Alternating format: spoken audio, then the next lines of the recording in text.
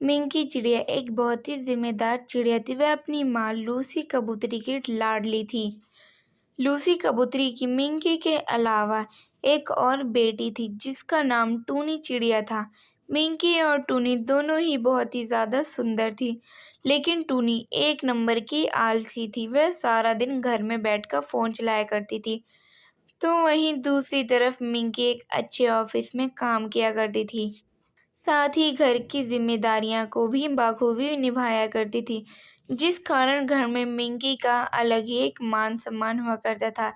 ऐसे ही एक दिन घर का सारा काम करके ऑफिस के लिए तैयार हो रही थी, तभी उसकी माँ लूसी कबूतरी से कहती है, अरे बेटा मिंकी तो सुबह सुबह काम में लग जाती है, थोड़ा अपने ऊपर भी ध्यान रख लिया कर। तूने कुछ खाया भी नहीं अभी तक। माँ चिंता मत करो, मैं ऑफिस में खा लूंगी। अब मेरे पास इतना टाइम नहीं है कि मैं खाऊं। ऐसे कैसे? चाहे तो कितना भी लेट हो जाए, लेकिन मैं तुझे बिना खाए नहीं जाने दूंगी। माँ बेटी में ऐसा प्यार चल ही रहा होता है कि तभी वहां पर टूनी आ जाती है और टूनी चिड़िया अपनी माँ से नाराजगी दिखाते हुए कहती है, हाँ हाँ, सारा प्यार तो आपका बस आपकी बेटी मिंकी के लिए ही है ना माँ। मेरा तो कोई मतलब ही नहीं है।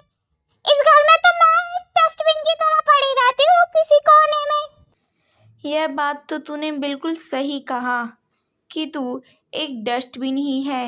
घर में कोई काम तो करती नहीं, सारा दिन फोन चलाकर बस यहाँ वहाँ चैटिंग करती रहती है। अरे मिंकी से कुछ सीख ले, ऑफिस भी जाती है और घर का काम भी करती है। एक जिम्मेदार बच्चों के गुण हैं उसके अंदर, पता नहीं कब अकल आएगी तुझे। आपसे तो यही उम्मीद है मुझे माँ। माँ और टुनी आप दोनों बस करो, मैं जा रही हूँ। ऑफिस और घर में लड़ना नहीं है, आप दोनों को शांति से प्यार से रहना होगा। शाम को मैं आप दोनों के लिए कुछ खाने के लिए लेकर आऊंगी, आप दोनों अपना ध्यान रखना। मिंकी इतना बोलकर वहां से चली जाती है। टूनी अंदर ही अंदर मिंकी को भला बुरा कहती है, लेकिन वह सामने से कुछ नहीं कह पाती। ऐसे ही शाम को मिंकी ऑफिस से जब आती है तो वह अपनी माँ और बहन के लिए पिज्जा और चाउमीन, बर्गर और मीठे में चॉकलेट वगैरह लेकर आती है। यह सब देखते ही टूनी बहुत ही खुश होती है। तीनों माँ बेटी आराम से खा रही होती है। तभी मिंकी की माँ उसे कहती है, बेटा मिंकी, तू ना मेरी और अपनी बहन की हर छोटी बड़ी खुशी का ध्यान रखती है। तुझे पता है कि टूनी को खुश कैसे करना है और कैसे मुझे खुश करना है, मगर अफसोस इस बात का रहता है बेटा कि पता नहीं मैं तुझे वह खुशी दे पाती हूँ या नहीं जिसकी तू हकदार है। अरे माँ, आप भी कैसी बात कर रही हो? आप ही मेरी सबसे बड़ी खुशी हो और आप मुझे इतना प्यार करते हो। आपका आशीर्वाद मेरे साथ है, फिर और किस चीज की कमी है? मेरे पास सब कुछ तो है। यह सुनकर टूनी को बहुत ही गुस्सा आता है और वह खाना छोड़कर अपने कमरे में चली आती है। ऐसे ही कुछ दिन बीत जाते हैं और टूनी अंदर ही अंदर मिंकी से बहुत ही ज्यादा जलने लगती है। वह अपनी बहन से बहुत ही ज्यादा नफरत करने लगती है और वह मन ही मन में ठान लेती है कि वह मिंकी को रास्ते से हटा कर ही रहेगी। ऐसी ही एक रात टूनी के कमरे में मिंकी जाती है और उससे कहती है, मिंकी दीदी, अगर आपके पास टाइम हो तो क्या आप मेरे साथ छत पर चलोगी? इतनी रात को क्यों टूनी, कुछ काम है क्या? हाँ दीदी, आपको कुछ दिखाना है, कुछ स्पेशल है।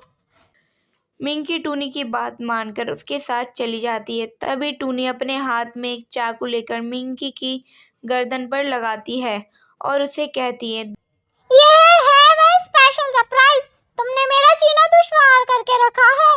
हमेशा माँ तुम्हारे बारे में ही सोचती है, मेरे बारे में तो कभी सोचती भी नहीं है। वह तो भूल ही गई है कि उनकी एक और बेटी है। हमेशा मुझे वो ताने सुनाती रहती है कि मैं निठल्ली हूँ, मैं नालायक हूँ, मैं कोई काम नहीं करती। ये सुन सुनकर मेरे मन में इतनी नफरत भर चुकी है तुम्हें लेकर दीदी कि आज मैं तुम्हें जान से ही मार दूंगी। देख बहन, तू जो कुछ कर रही है उसे करने से पहले एक बार सोच ले। इससे हमारा पूरा घर परिवार टूट जाएगा और बदले में तुझे कुछ भी नहीं मिलेगा।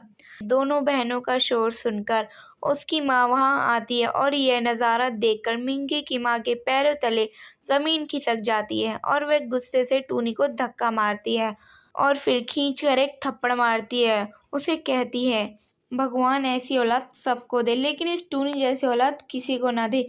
एक नंबर की कामचोर। है, कोई काम भी नहीं करती। शर्म आती है मुझे तुझे अपनी बेटी कहते हुए। तू ना कसाई है, कसाई। अपनी बहन को मारने जा रही थी।